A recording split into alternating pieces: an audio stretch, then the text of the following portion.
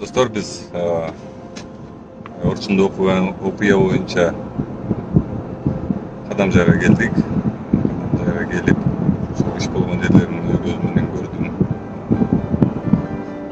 Роудуга кирдик. Азыркы маалда подозреваемыйлардан 4 дагы бир жаш бала кошулуптур алардын арасына. Роудуга кирдик. Роудун начальниги аты ким дейсиң? Кожобек. Байкеш ишти тезирээк расследовать эткенге аракет кылалы деди буюрса. Ошол эми иштин оор экенин түшүнүп атабыз. Негизи эле чоң жоготуулардын бири. Эми азыр оор эле алгам, анткени ата энесине да барып жолугуп келдик.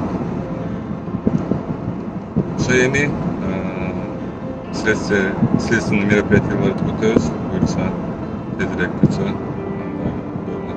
Негизинен эле азыркы маалда подозреваемыйлардан 4 экен.